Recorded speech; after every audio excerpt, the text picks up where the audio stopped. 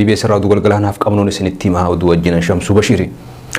Sirni alangaa dabarsuu gadaa sabbaa qaawdaa bultumitti geggeeffamaa jiru guyyaan torbaffaan akkuma itti fufetti jira. Sirni alangaa wal harkaa fuudhuu Oromoo ta'etu kun waggaa 8 kan geggeeffamu hoggaa ta'uu inni baranaa kunis gadaan sabbaa gadaa dhibbisaatiif alangaa dabarsuuf sirnoota garaagaraa raawwachaati jira.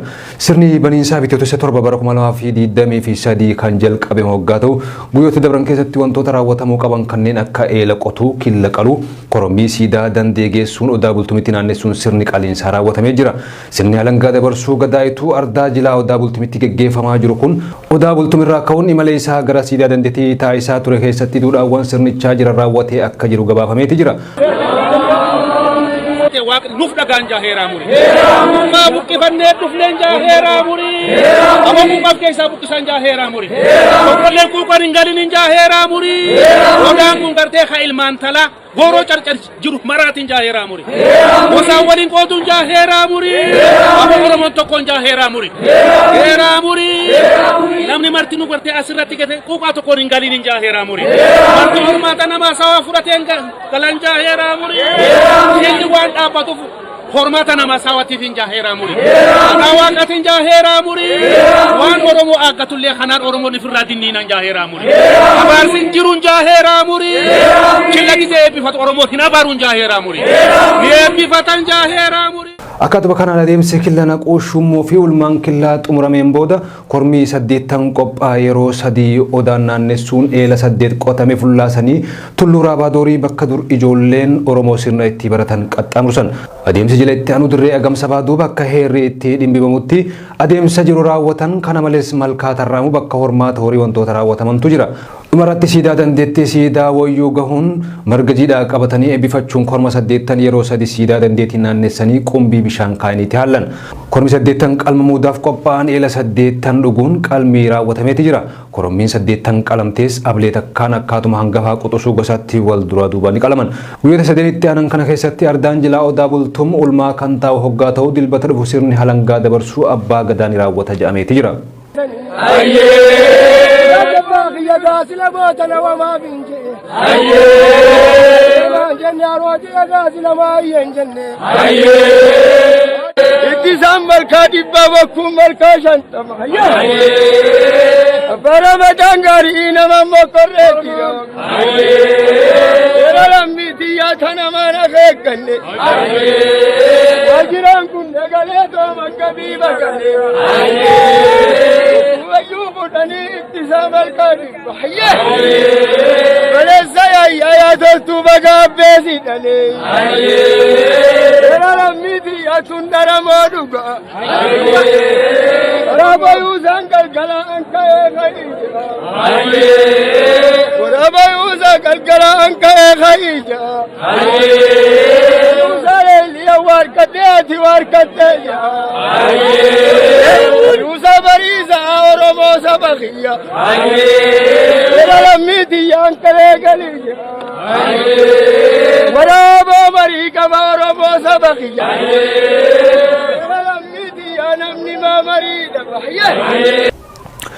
Ministeerri dhimma alaa Ameerikaa Antoonii Bilinkan guyyaa boruu bitootessa 15 bara 2023 daawwannaa hojiitiif gara Itoophiyaa imaluuf akka deeman dhagamee jira. Daawwannuun kun eega waraanni kaaba Itoophiyaa ture lubbuu lammiilee hedduu galaafatee waliigalteen xumura argatee booda daawwannaa jalqaba aangawaa Ameerikaa olaanaan taasifamuu akka ta'es beekameeti jira. Waraanni kaaba Itoophiyaatti waggoota 2 deemee hariiroo Itoophiyaa fi Ameerikaa balaa hamarra buuseeti ture. Waliigalteen nagaa kan Ameerikaan illee keessatti qooda qabdu erga milkaa'ee booda Itoophiyaan suutuma hariiroo biyyoota lixaa waliin qabdu fooyyessaa jirti sijaame. Taatullee yeroon biyyoota lamaanii bakka duraanitti akka hin deebine qondaallee olaanaa Ameerikaa takka dubbatteeti turte. Gama hedduun hoggaa ilaalamu daawwannaan ministeera dhimma alaa Ameerikaa Antoonii Bilinkan gara Itoophiyaa taasisan kun waan gaarii akeekaas jaameeti jira. Daawwannaan isaanii waraanichi dhaabbatee biyyattii deebisanii ijaaruu fi badiiwwan raawwatamaniif itti gaafatamni akka jiraatu yeroo gaafatamaa jiratti ta'uu isaati. Ministeerri dhimma alaa Ameerikaa ibsa baaseen Bilinkan Finfinneetti aangawoota olaanoo mootummaa Itoophiyaa fi gamtaa Afrikaa akka dubbisanis beekamee jira. dhimmi isaanii ijoo hojiirra oolmaa waliigaltee nagaa irratti akkasumas dhimma haqaa yeroo ce'umsaa akka ta'e waajjirri ministeera dhimma alaa Ameerikaa ibsee jira. Itoophiyaa fi Ameerikaan hariiroo waggaa dhibba caaluu fi murteessaadha jedhamee wajjin qabaachaa kan turan waggaa ta'u hariiroon kun bara bulchiinsa Mangistuu Hayilamaariyaamiin ala cimee kan itti fufee ture ta'utu dubbatama. Keessumaa bara adda dimokiraataa warraaqsaa uummatoota Itoophiyaa adda waa'ee keessa Itoophiyaan sochii shororkeessitoota Somaaliyaa keessaa adamsuun Ameerikaa waliin michummaa ishee cimsitee turte. Taatullee waraanni kaaba Itoophiyaatti TPLF fi mootummaan federaalaa jidduutti deemaa ture. Hariiroo cimaa biyyoota lameenii qormaata hamarra buuseeti ture. Sarbamni mirga namoomaa jabaa waraawwatamuu fi waraanichi mariin akka furmaata argatu gaafachuun Ameerikaa irra deddeebiyyee addoo himaati turte. Gama kaan Itoophiyaan Ameerikaa dabalatee biyyoota lixaa jidduu seentummaan himachaa birmadummaa isii kan dhiiban ta'uu ibsaati turte. Waraanichi yeroo hammaatetti pirezidaantiin Ameerikaa Itoophiyaa adabuuf tarkaanfii fudhachuuf fulbaana bara 2020 takka ajaja dabarsaniiti turan. Ameerikaan hooggantoonni Itoophiyaa Ameerikaa akka hin seenne dhorkuun alatti deeggarsa dinagdee fi nageenya Itoophiyaaf taasistuu dhaabdeeti turte. Ameerikaan tarkaanfii fudhatteen Itoophiyaa sirna gabaarraa bilisaa dhaabbataa agwaa irraa akka haqamtu gochuun lammiileen 200,000 ol ta'anii fi keessumaa paarkilee industirii keessa dalagan hojii akka dhaban taasiseeti ture. Waraanichi hariiroo Itoophiyaan Ameerikaa waliin qabdu qofa osoo hin taane hariiroo biyyoota lixaa waliin qabdu rakkoo keessa kan buuse hoggaa ta'u Ameerikaan sababa ammatti ifa hin taaneen imbaasii Finfinnee jirutti ambaasaaddara kaasuun dhimma raawwachiistuun bakka buusteeti jirti.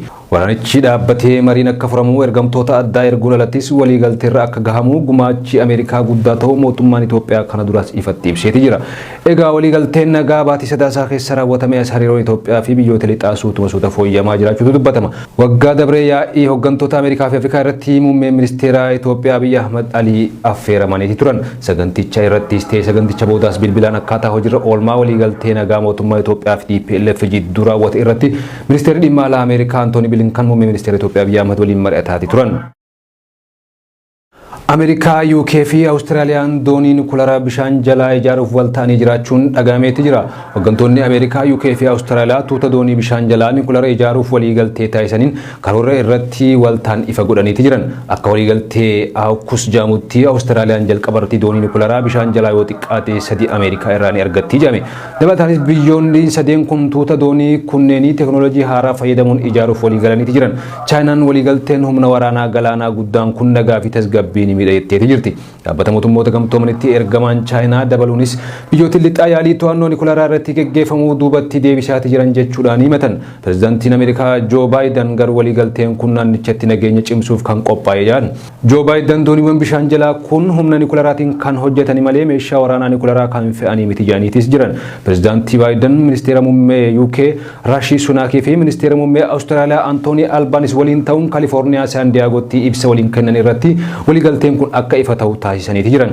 Waliigalteen kun Awustiraaliyaan dandeettii humna waraanaa isii akka guddistuuf hedduu agarsiisaa jiran hooggantoonni biyyoota sadanii ibsa kennaniin. UKtti aansitee Ameerikaa irraa teekinooloojii anniisaa nukleeraa adda ta'e argachuun Awustiraaliyaan biyya isii lammaffaadha taati. Dooniin galaana jalaa haaraan kun doonii kanaan dura boba'aa fayyadaman caalaa saffisaan imaluu fi hojjechuu danda'asi jedhameeti jira. Akka waliigaltee kanaatti loltoonni mana waraana galaana Awustiraaliyaa doonii galaana jalaa anniisaa nukleeraan sossoo akkamiin akka fayyadaman barachuuf bara kana gara Ameerikaa fi UKtti akka ergaman beekameeti jira. Bara 2027 irraa eegalee Ameerikaa fi UK'n doonii nukleeraa kanneen muraasa buufata lixa Awustiraaliyaa